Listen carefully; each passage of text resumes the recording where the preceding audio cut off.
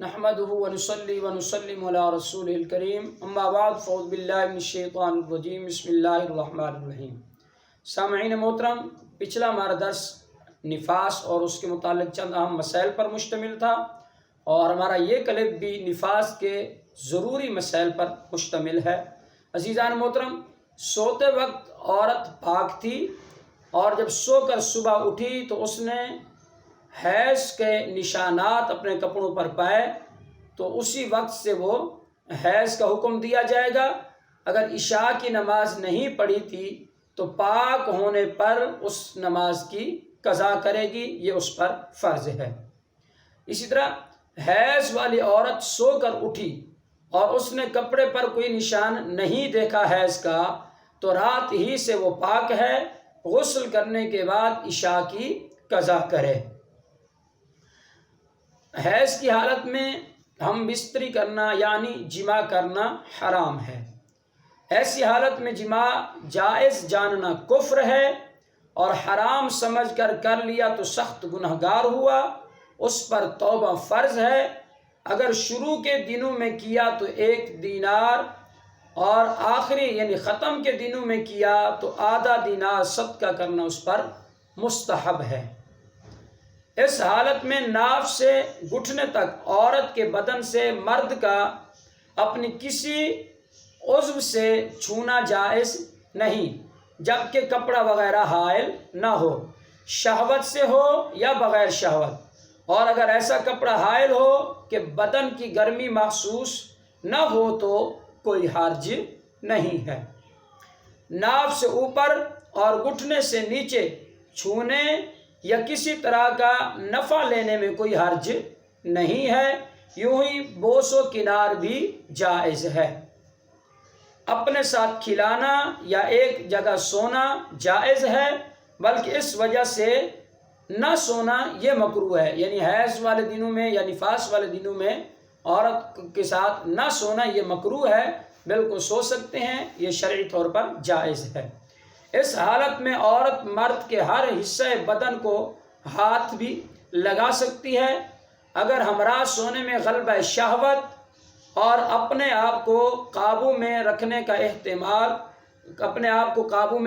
احتمال ہو تو ساتھ نہ سوئے، اور اگر گمان غالب ہو تو ساتھ سونا گناہ ہے، یعنی اس کو پتہ ہے کہ وہ اپنے آپ کا اور شہوت پر وہ قابو نہیں رکھ پائیں گے، تو پھر اس صورت میں حکم یہ ہے کہ وہ ساتھ نہ سوئیں، ایسا فعل کرنا وہ گناہ ہوگا، کیونکہ اگر شہوت کے معاملے کی وجہ سے وہ ان حدود کو کراس کر گئے تو یاد رکھیے گا پھر بندہ گنہگار ہوگا۔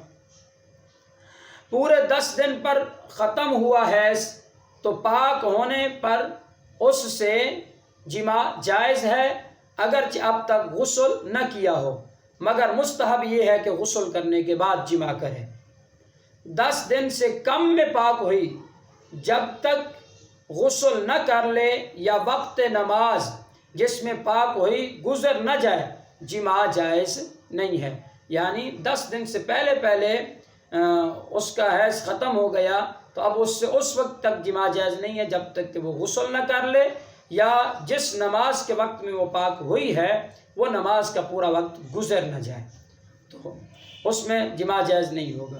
اور اگر وقت اتنا نہیں ہے کہ نہا کر کپڑے پہن کر اللہ اکبر کہہ سکے تو اس کے بعد کا وقت گزر جائے یا غسل کرے تو جائز ہے، ورنہ نہیں۔ یعنی اتنا وقت نہیں ہے کہ نہا کر کپڑے پہن کر اللہ اکبر کہہ سکے، تو اس کے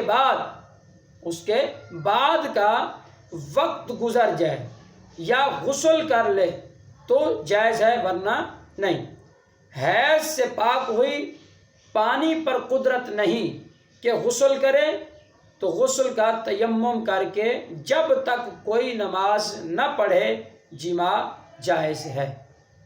نماز پڑھنے کے بعد اگرچہ غسل کرنے پر قادر ہو، غسل سے پہلے بھی جماع جائز ہے۔ عزیزان محترم، پانی نہیں تھا، اس نے تیمم کیا، تیمم کے بعد اس نے نماز ادا کر لی، تو عزیزان محترم اب کیا ہے، جب اس نے نماز ادا کر لی تو اس کے بعد اس کے لیے جماع کرنا جائز ہے، اور نماز پڑھنے کے بعد اگرچہ غسل پر قدرت رکھنے کے لیے پانی میسر آ گیا تو عزیزان محترم اس سے پہلے بھی جماع کرنا جائز ہے۔ اگر عورتوں میں اکثر عورتوں کے اندر یہ جو رواج ہے کہ جب تک چلہ پورا نہ ہو لے، اگرچہ نفاس ختم ہو گیا ہو، نہ نماز پڑھتی ہیں نہ اپنے آپ کو پاک جانتی ہیں، تو یہ محض جہالت پر مبنی ہے، اس لیے کہ نفاس کی ایک مدت ہے، وہ کم سے کم تو اس کی کوئی مدت نہیں ہے، زیادہ سے زیادہ اس کی 40 دن ہے۔ اب وہ ان دنوں سے پہلے بھی ختم ہو سکتا ہے۔ اب اس کا یہ مقصد نہیں ہے کہ اب وہ پہلے ختم ہو گیا ہے تو اب عورت کہے کہ نہیں میں نے تو پورے 40 دن پورے کرنے ہیں، تو یہ اس کے لیے گناہ ہوگا اور یہ جہالت پر مبنی ہوگا، اس لیے کہ جیسے ہی نفاس کا خون ختم ہوگا وہ عورت پاک ہو جائے گی۔ ان باتوں میں نفاس کے وہی احکام ہیں جو حیض کے ہیں۔ عزیزان محترم، یہ ساری باتیں جو بیان کی گئی ہیں، نفاس کے مسائل بیان کیے گئے ہیں، تو یہ وہی احکام ہیں، اس کے بھی جو حیض کے احکام ہیں تو یہ ایک دوسرے کے ساتھ ملتے جلتے احکام ہیں۔ اللہ پاک ہم سب کو ان مسائل سے واقفیت حاصل کرنے کی توفیق عطا فرمائے۔ آمین۔ وآخر دعوانا الحمدللہ رب العالمین۔